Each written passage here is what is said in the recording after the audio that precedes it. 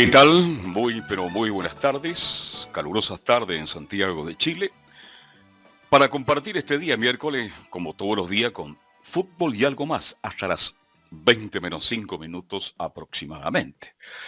Damos la cordial bienvenida a don César Navarrete, como es habitual nos acompaña él en la sala máster de sonido.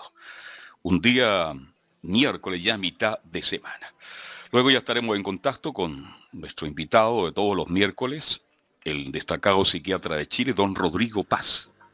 Así que en cualquier instante ya vamos a escuchar su voz desde el fondo. No sé, debe estar en su oficina, en su consulta, ahí en la calle Vicuña Maquena, donde pasan tantas cosas, tantas cosas. Ya estaremos con él en cualquier momento. Tenemos varios temas que compartir con él el día de hoy.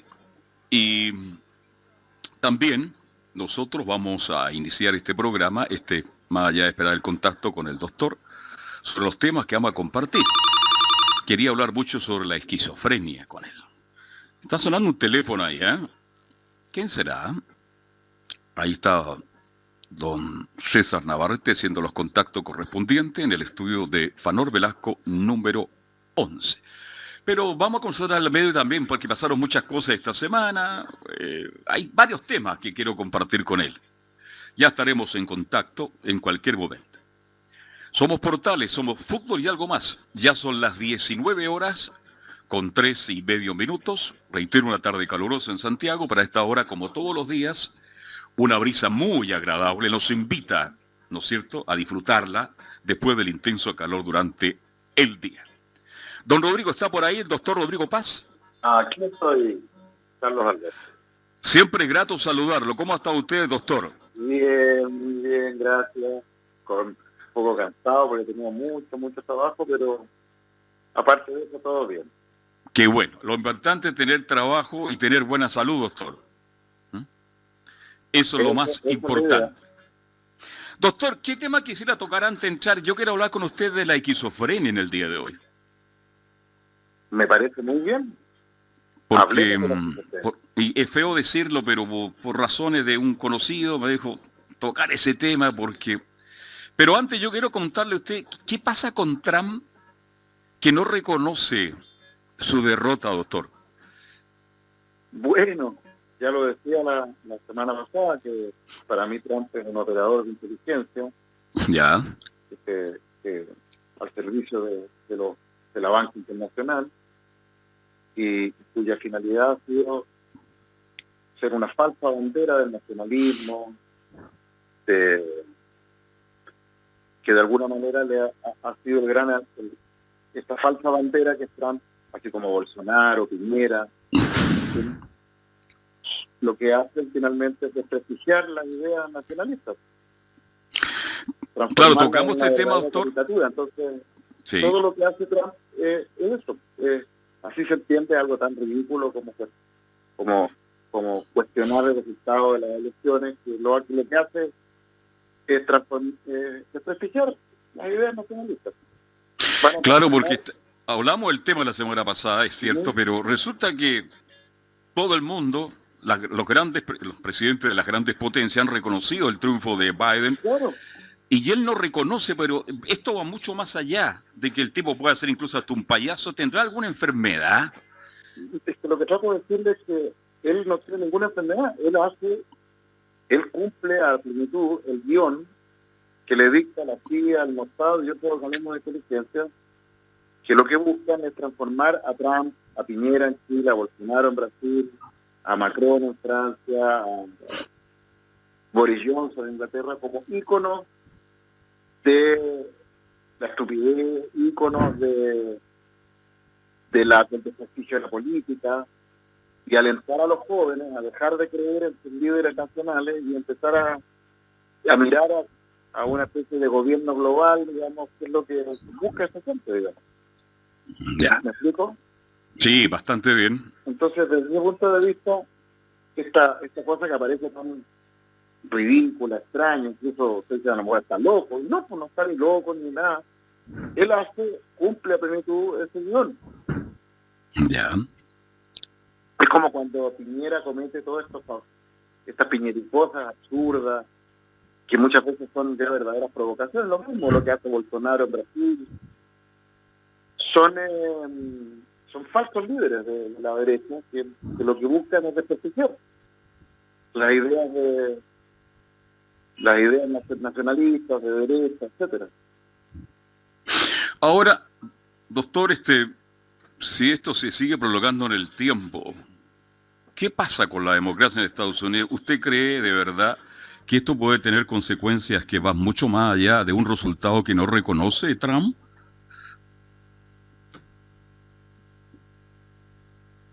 Siempre. No, a ver, yo creo que estos son operetas nomás, no. Ya. De hecho, entiendo que el propio Partido Republicano ya le quitó todo respaldo sus declaraciones, así que va a quedar aislado. Pero absolutamente solo.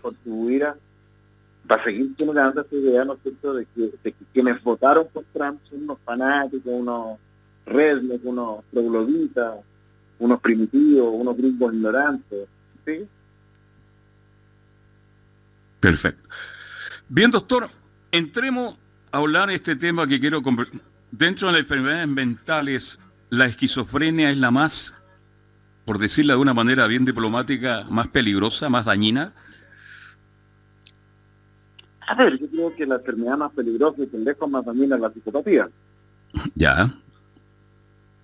La psicopatía, por lejos, es la enfermedad que más daño causa, porque los pacientes psicópatas, o enfermos psicópatas, nacen con un cerebro incapaz de experimentar, digamos, nacen con las partes del cerebro que son vitales para que el individuo, el niño, el joven, el adolescente, el adulto, experimente culpa, vergüenza, miedo, en fin, todas esas emociones que son claves para el desarrollo social, y las personas con esta condición neuropsiquiátrica tienen fallado de fábrica, por decirlo así, estas áreas del cerebro, entonces son desalmados, no tienen miedo a nada, son crueles, no sienten vergüenza, culpa, etcétera, y claramente por lo mismo pueden ser tremendamente peligrosos. Y ni siquiera estoy hablando de los psicópatas que llegan a la televisión por crímenes seriales, por asesinatos despiadados. No, estoy hablando del niño psicópata, del adolescente psicópata, que después se transforma en un adulto psicópata, que le hace imposible la vida a sus padres, que los esquilma, que los abusa, que muchas veces los parasita. De eso estoy hablando, o niños, adolescentes, psicópatas, adultos psicópatas que pueden ser tremendamente violentos con niños, con jóvenes más frágiles, y son los perpetradores de bullying en los colegios. Niñitas, adolescentes, psicópatas que pueden destruirle la vida a niñitas, a jovencitas que son muy frágiles y son víctimas de su sadismo. Entonces, acuérdense de esta chiquilla que fue el año pasado, antepasado, de este colegio, el niño de Águila, que terminó suicidando. Sí, pues tiene toda la razón. Es un caso que en un colegio, bueno, de élite. Entonces, los psicópatas, las psicópatas pueden ser extraordinariamente dañinos, destructivos, para ni hablar de relaciones de pareja, donde de repente hay mujeres, hombres psicópatas que pueden realmente destruir la vida de sus parejas. Ya lo creo. Doctor, en Chile la prevalencia de la esquizofrenia, usted me corrige si estoy bien o estoy mal, es de 1.4 a 4.6 personas por cada 1.000 habitantes. Mire, ¿Está de acuerdo? Cuando yo estudié medicina y después cuando me formé como psiquiatra, se decía que la prevalencia de esquizofrenia era igual en todo el mundo. Ya. La prueba de que la esquizofrenia era una enfermedad tremendamente endógena, por decirlo así, es que sin importar mucho el ambiente donde creciera ese niño, esa niña que iba a desarrollar esquizofrenia, la prevalencia se mantenía más o menos igual. Ya. Y la verdad es que hay algo de cierto en hecho. En general, la prevalencia de esquizofrenia en el mundo fluctúa entre el 0,8 y el 1,5% de la población. No es más, ¿ya? Ya. No es menos. Pero, y aquí viene el dato interesante, hay una variación importante y hay, por ejemplo, hoy día sabemos que en ciudades muy populosas o con mucho estrés, la prevalencia de esquizofrenia puede subir hasta el 1,5%. ¿Sigue? Sí. Y al revés, en entornos más sanos, de menor estrés, la prevalencia puede bajar al 0,8%. ¿Cuál es la prevalencia de la esquizofrenia hoy día en Chile? Yo creo que es muy difícil saberla porque no hay estudios serios. Ya. Pero probablemente hubiera que hacer una hipótesis basada en lo que sabemos. Es muy probable que la prevalencia de esquizofrenia va a ser mucho más alta en Santiago que en Talca. Ahora, en Santiago la prevalencia va a ser mucho más alta en comunas donde hay muchos guetos, donde hay mucha pobreza, mucha exclusión social, versus comunas donde hay mejores condiciones socioeconómicas y culturales, como podría ser Los Barnechea, Las Condes, Vitacura, etc. Ahora, doctor, ¿esta enfermedad de la esquizofrenia es más común en hombres o en mujeres? Bueno, es una pregunta interesante porque lo que es claro es que en los hombres se manifiesta mucho más evidentemente. Ya. Y suele ser más grave en hombres que en mujeres. Cosa que ocurre también en general con los trastornos del neurodesarrollo, con el autismo, con el Asperger, y otras condiciones donde hay alteraciones del neurodesarrollo, en general tienden a ser más evidentes, más graves en hombres que en mujeres. Eso para empezar. Y por otro lado, quizás lo correcto, más que hablar de la esquizofrenia, habría que hablar de las esquizofrenias. Porque hay muchos tipos de esquizofrenia. De hecho, Eugene Bleuler, que fue probablemente uno de los padres del concepto de esquizofrenia, él, que era un psiquiatra suizo, que se formó en parte en Suiza, pero con mucha influencia de la psiquiatría alemana, este psiquiatra, uno de los padres fundadores de la psiquiatría, que es el creador del término esquizofrenia. Antes de Bleuler, Emil Kraepelin, que es el otro gigante de la psiquiatría, le llamaba a los pacientes con estas distintas formas de esquizofrenia, le hablaba de la demencia precoz,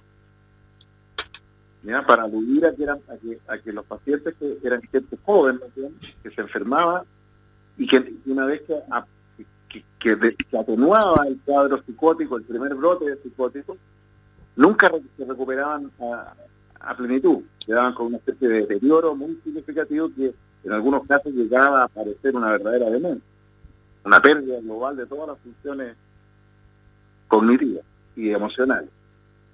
Y a propósito de eso, Bleuler acuñó el término esquizofrenia porque él creyó ver que más allá del curso de la enfermedad, para Kraepelin lo que definió a la esquizofrenia era el deterioro, era el curso hacia la demencia, el deterioro, la pérdida de la capacidad funcional, ¿no? Pero para Bleuler, independiente del curso de la enfermedad, que fuera hacia el deterioro, hacia formas no tan graves de enfermedad, lo que definía la esquizofrenia era una particular pérdida de la unidad psíquica, que por eso que habla de esquizofrenia, que significa como mente dividida, y aludiendo al hecho que los pacientes esquizofrénicos en las características centrales es una pérdida de las funciones emocionales, El paciente esquizofrénico tiene una emotividad extraña, una emotividad que no logra conectar con el mundo, Por eso que también lo he hablado del autismo, ¿no? Y a propósito de esa desconexión entre la emoción y la razón, entre la emoción, la razón y la voluntad y la conducta, Bleuler entonces acuñó el término esquizofrenia. Quedó claro. Doctor, dentro de la esquizofrenia, acláreme qué es la paranoide. A ver si me voy a responder. Dentro de la esquizofrenia, ¿sí? ¿Sí? ¿Iba usted a decir algo? Dentro de la esquizofrenia. Sí, la paranoide. Bueno, como son varios tipos de esquizofrenia, hay formas de esquizofrenia donde predomina un humor paranoide y un humor persecutorio. ¿Ya? Y los pacientes esquizofrénicos paranoides actualmente son los que más se aíslan, comienzan a experimentar una sensación de que el mundo se transforma en un lugar extraño, peligroso, y pueden desarrollar delirios paranoides, que están siendo víctimas de una persecución, pueden empezar a sentir que los vecinos, la gente en la calle habla de ello, de la forma más grave incluso puede tener la sensación de que los otros seres humanos nos metemos en su mente, nos metemos en su cabeza y controlamos su pensamiento, actuar. Ya, estas formas paranoicas de esquizofrenia pueden ser muy graves porque generan mucha angustia.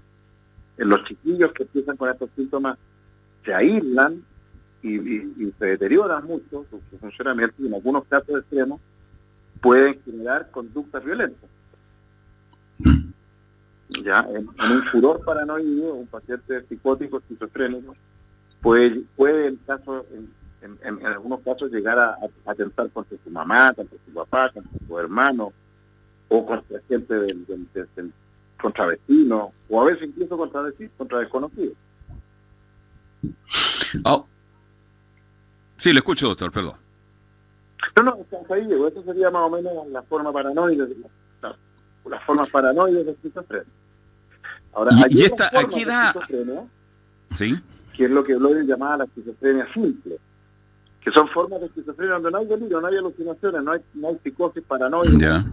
Y lo que hay más bien es una especie como de aplanamiento emocional, con una serie de dificultades cognitivas y una especie de distanciamiento del paciente del mundo, ya que a veces puede ser muy sutil y difícil de aprender clínicamente, y otras veces puede ser evidente para todo el mundo que son estas personas que resultan extrañas, que les cuesta interactuar con el resto de la gente, que tienen una especie como de...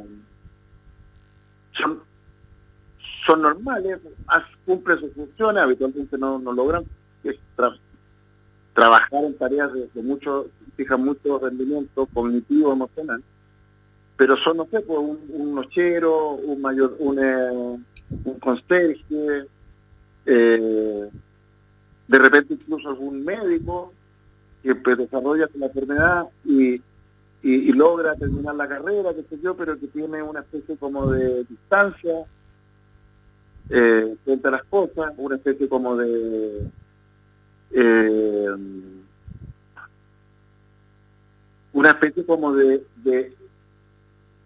desconexión profunda con las personas, con el mundo. Yo me acuerdo del primer paciente con esquizofrenia simple que vi en mi vida, que era muy sutil, pero que él decía: mire, doctor, si mañana se mueren mis papás, mi mamá, no sé, yo sé que debería sentir pena, pero yo sé que no voy a poder sentir eso, porque es como que yo no siento las cosas. Ya. ¿Ya? Hay una especie como de pérdida de la capacidad para vibrar con el mundo, ¿ya? Que en cierto sentido se parece a la depresión, pero que es distinta, porque en la depresión es una cosa que ocurre de manera en un sujeto normal, que de repente entra en un estado depresivo y pierde contacto y se pone anedónico, desconectado, pero que además le causa sufrimiento. El paciente esquizofrénico siempre no sufre por eso, le llama la atención, ¿ya? Había un clínico antiguo en la época de Bloy, etcétera, posterior a ellos, Minkowski, que hablaba de que estos pacientes esquizofrénicos, ¿no es cierto?, con estas esquizofrenias menos Florida, no psicóticas, tenían lo que llamaba el racionalismo mórbido. A falta de una emotividad conectada con el mundo, entonces se conectaban a través de la racionalidad. Entonces hacían las cosas porque lógicamente había que hacerlo, ¿me sigue? Sí, sí. ¿Ya? En cierto sentido, el señor Spock ¿te acuerdas de la película esta, o la serie de la Viaje a las Estrellas? Uh-huh. En cierto sentido, Spock podría tener algo parecido a un esquizofrénico sí. ¿Ya? Ahora, doctor, como de aplanamiento emocional frente a todo. Ahora, doctor, esta enfermedad es común, ya estábamos hablando, pero ¿a qué edad aproximadamente se inicia esta? Bueno, lo característico, lo que describió Kraepelin por primera vez es esta enfermedad, por eso le llamó demencia precoz, porque era como una especie de deterioro de las funciones psíquicas que ocurría en gente joven. Por eso es que es tan dramática esta enfermedad. Porque es una enfermedad típicamente que afecta a gente joven. Ya antes de que la enfermedad se manifiesta en toda su plenitud, ya hay síntomas, ya uno puede rastrear después que el niño o la niña le costaba socializar, tenía ciertas particularidades, incluso hasta en los movimientos, etcétera. Pero una vez que ya aparece la enfermedad con delirios, alucinaciones, qué sé yo, o con retraimiento, de una forma menos dramática de la enfermedad, esa persona nunca vuelve nunca va a desarrollarse como una persona normal, sana. Entonces, es muy raro que un paciente esquizofrénico vaya a formar familia, vaya a tener un trabajo estable, produce un deterioro, una pérdida, y por eso es que Kraepelin le llamó la demencia precoz, aludiendo a la demencia tardía propia de las demencias de los adultos mayores. Ahora, doctor, lo más común, ¿cómo saber si una persona está expuesta a la esquizofrenia? Lo más común, ¿cómo se inicia esta enfermedad? Bueno, primero lo que hay que tener claro es que cuando un adolescente comienza a aislarse, ya, o empieza directamente a tener conductas extravagantes, extrañas, hay que pensar que ese adolescente está cursando con una enfermedad mental grave. Afortunadamente, la mayoría de los adolescentes o adultos jóvenes que desarrollan estas conductas no tienen esquizofrenia, tienen depresiones psicóticas, psicosis maníaco-depresivas, etcétera. Pero algunos de ellos tienen esquizofrenia. Y poder distinguir una psicosis esquizofrénica en un adolescente de una psicosis maníaco-depresiva o de una psicosis esquizoafectiva, en fin, o una psicosis por drogas, a veces, puede ser muy difícil, y a veces el diagnóstico final lo va a dar la evolución. Ahora, la esperanza de vida, cuando se adquiere esta enfermedad, doctor, ¿cuál es la esperanza de vida? Bueno, depende mucho del cuidado.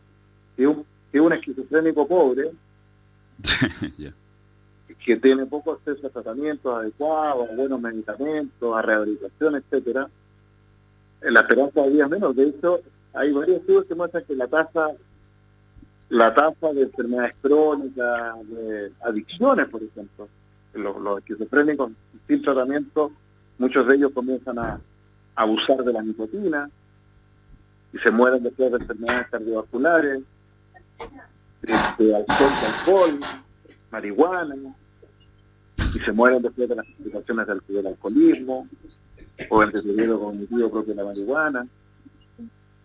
Pero incluso hay estudios que muestran que incluso en pacientes esquizofrénicos bien cuidados, en que pareciera ser que su esperanza de vida es un poco menor que la de la población general, pero ahí la diferencia no es tan grande. Ya, se hablaba entre 10 a 20 años aproximadamente. No, o sea, no. Mire, el drama de la esquizofrenia en cierto sentido es que los pacientes llegan a viejos. Y el drama para sus padres es ya. Yo me acuerdo cuando trabajaba en el hospital psiquiátrico, contribuía a formar una agrupación de familiares de pacientes discapacitados psíquicos, la mayoría eran pacientes con estas enfermedades esquizofrénicas, y uno de los grandes angustias de sus padres era decir, bueno, doctor, ¿qué voy a hacer yo? Yo tengo, no sé, por 60 años, mi hijo tiene 30 años, y yo sé que el día que yo me muera, ¿quién lo va a cuidar? ¿Quién se va a hacer cargo de ella? Dramático la forma. Vale decir que hoy día es normal que una persona de 80, 90 años pueda estar con la enfermedad. Absolutamente. Así es. Es raro que un paciente esquizofrénico llegue a los 80 años, como uno ve en otras enfermedades. Pero a los 60, 50, claro, 70 años incluso, sin problema. Ahora, doctor, hay lugares, porque usted puso un ejemplo dramático. ¿Quién va a cuidar el día en que yo no esté? ¿Dónde puede ir? ¿Hay algún lugar donde la sociedad le pueda brindar un apoyo? Desgraciadamente muy poco. Se hizo algún esfuerzo hace unos años atrás de crear hogares protegidos para pacientes con formas graves de esquizofrenia, donde pudieran además estar más cerca de la sociedad, poder desarrollar algunos trabajos simples. Pero esas iniciativas quedaron, hasta donde yo me consta que los pocos hogares protegidos que se quedan ahí están. Pero una red de hogares protegidos y de rehabilitación y apoyo en terapia ocupacional, hay muy poco eso, porque además es costoso. Y debe tener un valor para quienes quieran llegar a ese lugar, ¿no? ¿Cómo? Y tiene que tener un costo para llegar a ese lugar. No, son gratuitos. ¿No? Gratuito, el problema es que son pocos, entonces hay que sacarse la lotería para poder tener acceso a un hogar protegido. O sea, la mayoría de los pacientes esquizofrénicos en Chile, que no tienen el apoyo de sus familias, son los que andan en la calle, pues, en situación de calle, como dicen eufemísticamente Vamos a tocar ese tema a la vuelta. Quiero hablar de ese tema que ha sido la noticia de la semana. Ahora, doctor, cuando yo lo escucho, ¿cuántos psiquiatras hay en Chile por 1000 habitantes hoy día? Mire, no tengo el dato exacto, me va a perdonar. Pero hay un déficit tremendo, parece, ¿no? Lo que sí tengo claro es que comparados con los países otros es una cosa brutal, y comparado con lo que se necesita, más brutal todavía. O sea, ¿y a qué se debe, doctor? Yo creo que se debe a que en general ha sido política del Ministerio de Salud y de todos los gobiernos, de los que se dicen de derecha, de los que se dicen de izquierda, de los que se dicen de centro, etcétera. Yo no me canso de decir que son lo mismo siempre. Son caretas, ¿no? Pero las élites que gobiernan el mundo y este país son las mismas. No tienen ningún interés en invertir en salud mental porque invertir en salud mental sería invertir en Estado. Y ya lo hemos dicho, la lógica de la globalización es hacer desaparecer los Estados nacionales. Entonces no hay nada más contrario a la corriente de los tiempos que estados nacionales con salud pública fuerte y más aún que salud mental fuerte. Ahora, doctor, cuando un muchacho ingresa a estudiar medicina, ¿hay interés por la psiquiatría mucho más allá de lo que nosotros nos imaginamos? ¿Perdón? ¿Los jóvenes están interesados en estudiar psiquiatría en Chile? ¿Los que entran a estudiar medicina, por ejemplo? Yo creo que sí. Yo creo que hay alto interés. Sobre todo, yo creo que ha influido mucho la gran revolución que ha significado... mire, durante mucho tiempo la psiquiatría fue como la hermana pobre de la medicina.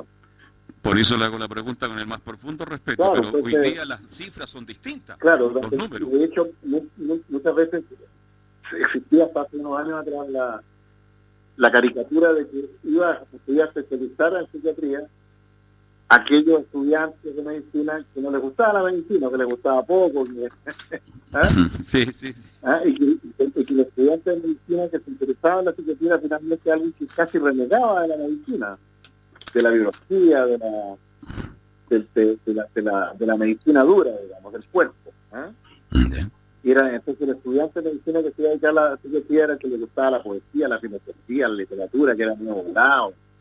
que tenía intereses casi literarios, así, humanistas, incluso, ya hacía esa falta de ya que le interesaban las ciencias, digamos, humanas, no las ciencias exactas. Sí. Y bueno, yo creo que esa dicotomía bien cartesiana, ¿no? En el fondo está ahí el supuesto cartesiano de que existe la mente y el cuerpo, de que existe el alma y el cuerpo, ¿ya? Y que las cosas del cuerpo las ven los médicos y las cosas del alma las ven, no sé, por los psicólogos, los psiquiatras, los chamanes, qué sé yo, Bueno, pero toda esa dicotomía tan dañina, hoy día se ha ido perdiendo porque hay cada vez más evidencia de que así como la gente se enferma del cerebro y tiene epilepsia, y tiene enfermedad de Alzheimer, y tiene esclerosis lateral, esclerosis múltiple, y tiene movimiento y Parkinson, bueno, hay enfermedades del cerebro que producen psicosis, esquizofrenia, depresión, descontrol de impulso, psicopatía, ¿ya? Y esa interfase la ha llenado el explosivo desarrollo de las neurociencias. Exacto. De hecho, yo me fui a Estados Unidos en el año 2001 hasta el 2006 a estudiar neurociencia. Y fue a estudiar neurociencia no con psiquiatras, fue a estudiar neurociencia con neurobiólogos, con biólogos moleculares, con neurobiólogos de la conducta, con neuropsicólogos, con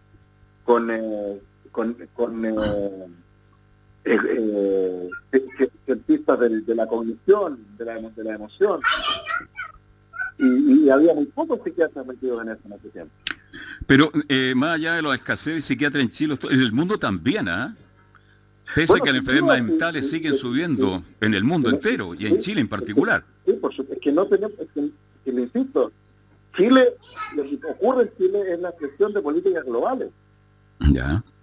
O sea, no se le olvide que en la década de los 60, 70, se inició en Italia y en Europa y después en Estados Unidos, en todo el mundo, lo que se llamó la famosa reforma psiquiátrica.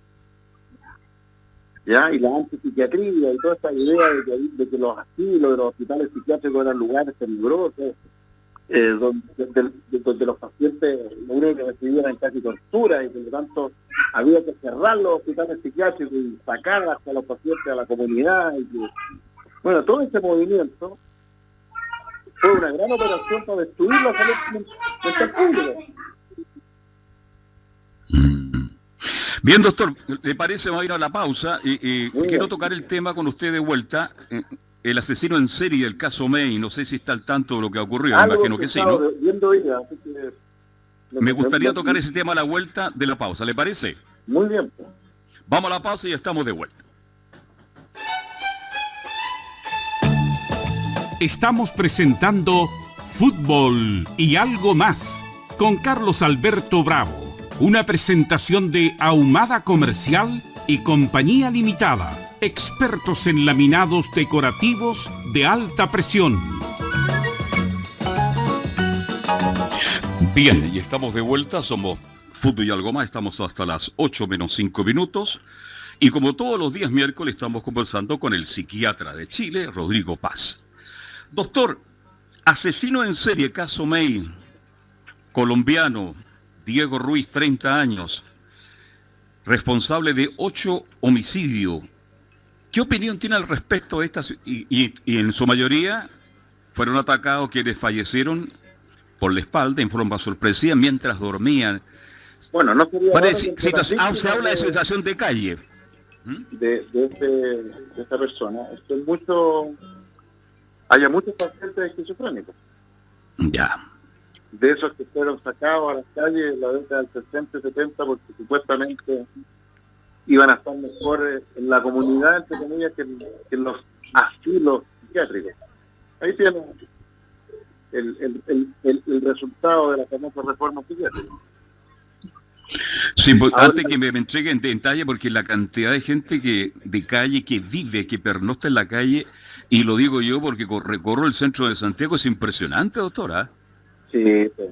Y la mayoría son enfermos, la mayoría son adictos a alcohol, drogas, muchos de ellos esquizofrénicos, alcohólicos, esquizofrénicos, porque es gente muy, muy, muy dañada, ¿no? Con enfermedades mentales muy graves.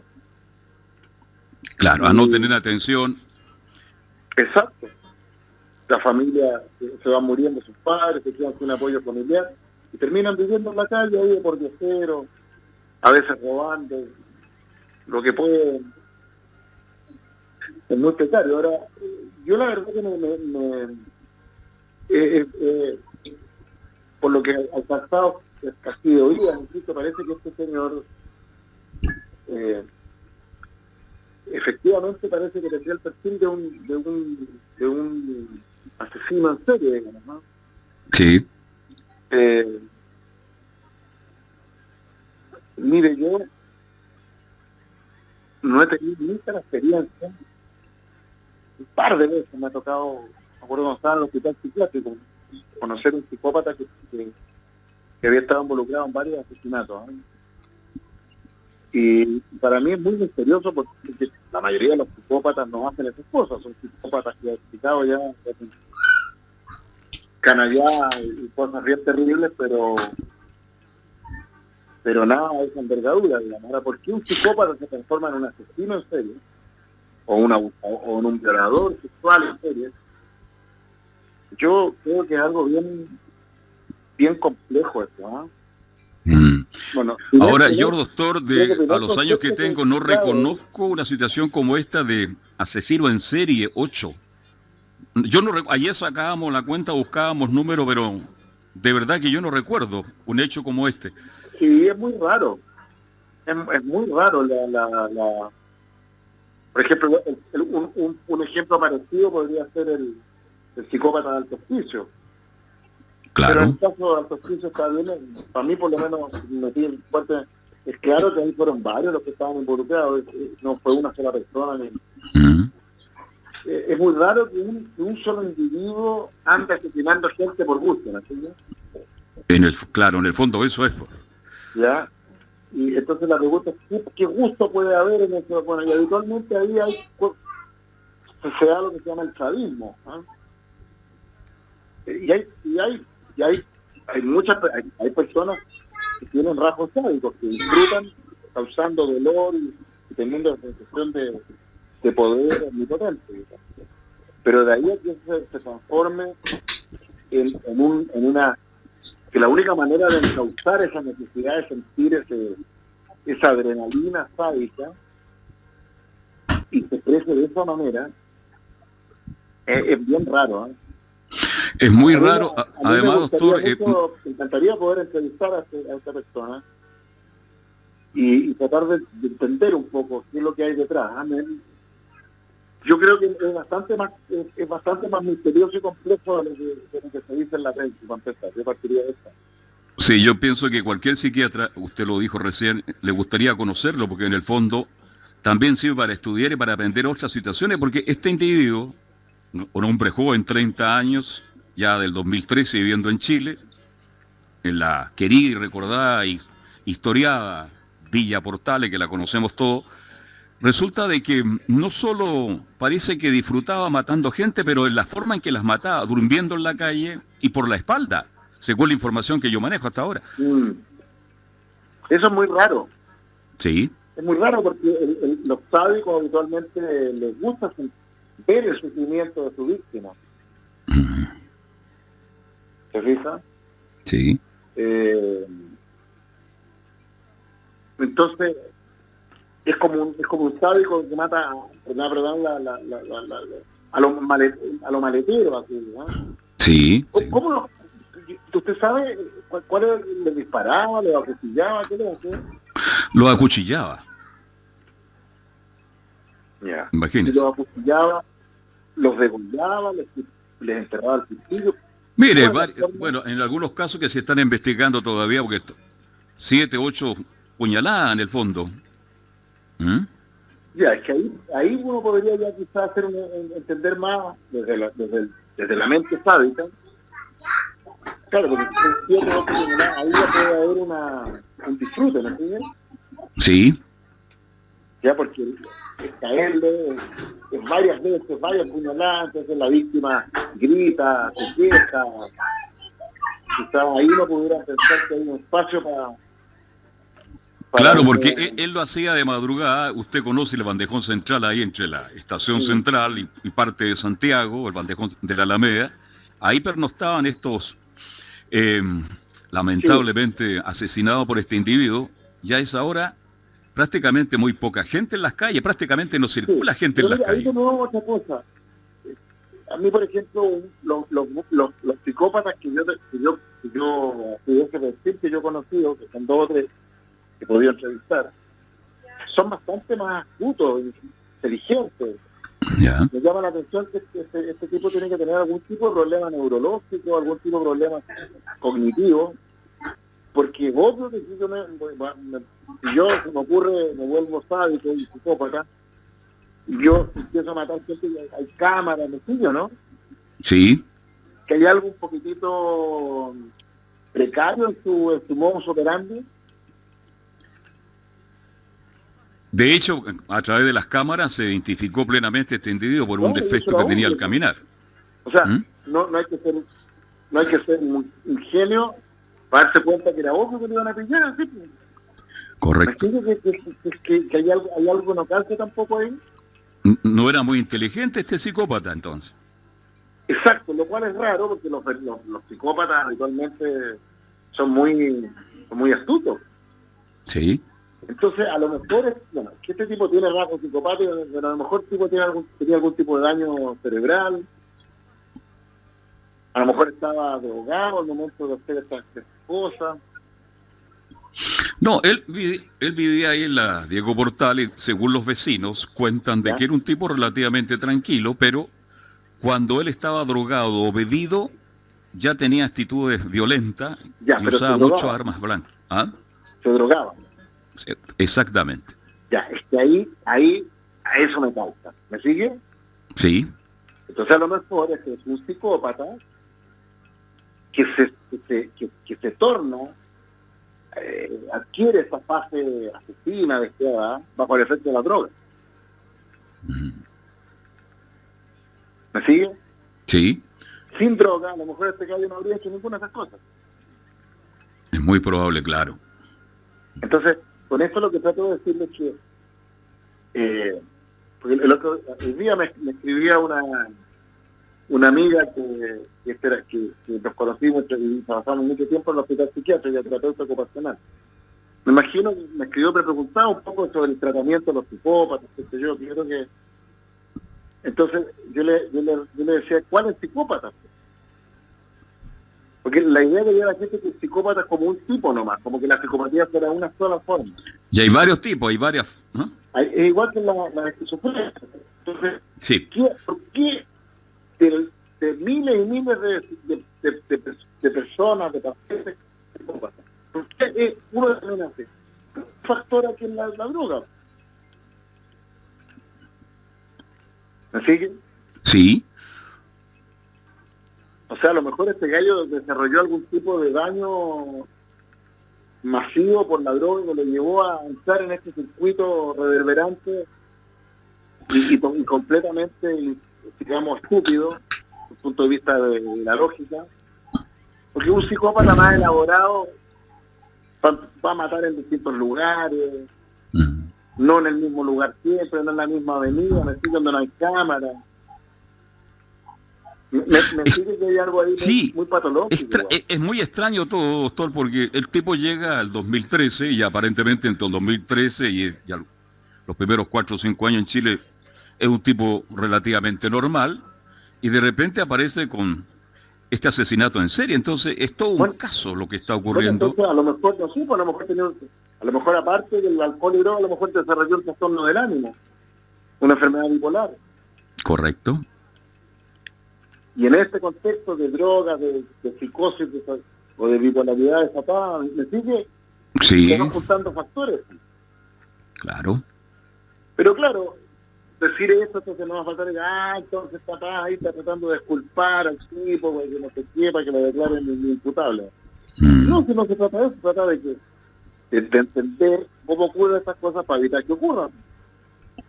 ¿Y cómo se evitaría que esto hubiera ocurrido? Bueno, habría que no haya acceso al alcohol y droga a nadie, especialmente a los psicópatas. Un psicópata drogadicto se transforma en un psicópata más peligroso que un psicópata no drogadicto. Sí. Créele, es todo un caso, ¿ah? Va a tener que trabajar mucho la policía, porque hay que investigar de verdad, porque esto no puede quedar más allá de que mató, asesinó en serio a 8 personas, sino que simplemente hay que investigar por qué llegó a esto, por qué ocurre este fenómeno. Y en la medida que entendamos cómo se llega a eso, podemos evitar que se repita. Es increíble, ¿eh? Es todo un caso que ha golpeado fuerte a nuestro país, lamentablemente, además, en un sector que... el caso donde el énfasis está puesto en el victimario, pero en las víctimas, pues en el fondo, todos somos coautores de esos asesinatos. ¿Cómo es posible que en un país civilizado tengamos enfermos mentales durmiendo en las calles, para que expuestos a que los maten, los violen, los abusen? ¿Cómo es posible? Sí, esto yo lo vengo viendo ya los últimos 3 años de Santiago. Yo he visto gente ahí a la vuelta de la moneda, doctor, ya preparándose para dormir, vale decir, creció demasiado esto y ya es normal ver a gente pernoctar en las calles, invierno y verano, ¿ah? Así es. De hecho, hasta se crea el término de situación de calle, como si fuera algo pasajero. Sí. Están en situación de calle, mañana están en situación de no calle. No, son pordioseros, son miserables, son los excluidos de la globalización, por los excluidos de la fiesta del desarrollo. Doctor, para ir cerrando, nos quedan 4 minutos, pero quiero hacerle, ¿cuáles son las causas del aumento de problemas de salud mental en Chile? Yo hablo de Chile, porque usted como psiquiatra, usted lo sabe mejor que yo, pero en el común de la gente, yo me he encontrado en estos días conversando estos temas, es impresionante. Sí. Y sigue en aumento, si eso es lo peor. Bueno, las drogas, acceso temprano a alcohol y drogas, es el primer factor. La droga en primer lugar. Sí, alcohol, droga, andan a la orden del día, ya lo hemos comentado varias veces. Chile es top 5 en consumo de alcohol en el mundo, top 1 en Latinoamérica. Somos top 1 en el mundo en consumo de marihuana escolares. Ahí ya tiene un factor de riesgo. Por otro lado, un país... Ahí me lo dijo todo, doctor. En el fondo, no hemos actuado como corresponde para enfrentar una situación que llegó a Chile en los últimos 10 años tan fuerte, definitivamente. O sea, la droga se instaló en Chile en tiempos de la dictadura. Acuérdense que la DIN y la CNI traficaban coca. Sí, pero creció demasiado en los últimos años. Las mismas más marihuana. Todos los organismos de inteligencia del mundo, y en Chile en particular, viven del tráfico de drogas. Partamos de ahí. Claro, cuando yo lo escucho... Con un país donde exceso de drogas, un país donde se han perdido todos los factores de protección de salud mental, el tejido social. Entonces los cabros chicos no tienen ya ni la cancha, no tienen ni los scouts, ni la iglesia, ni partido político, ni club deportivo de barrio. Entonces lo único que tienen es la droga en la plaza y la pantalla. Claro, y son muchos que no tienen acceso a la educación, ellos saben perfectamente. En los lugares donde hay acceso a la educación, como en esta chiquilla que se suicidó en el barrio alto, en el Nido del Águila, colegio Chingorotá, pero también hay harta droga, harta fiesta, harto sexo casual. Claro, porque por lo menos ahora los medios, y ahí me incluyo yo, estamos hablando de la Plaza Italia para arriba, porque antiguamente todo lo que era droga, alcohol y otras cosas más, se hablaba de la Plaza Italia para abajo, pero resulta que en los sectores altos, acomodados, esto está muy fuerte también.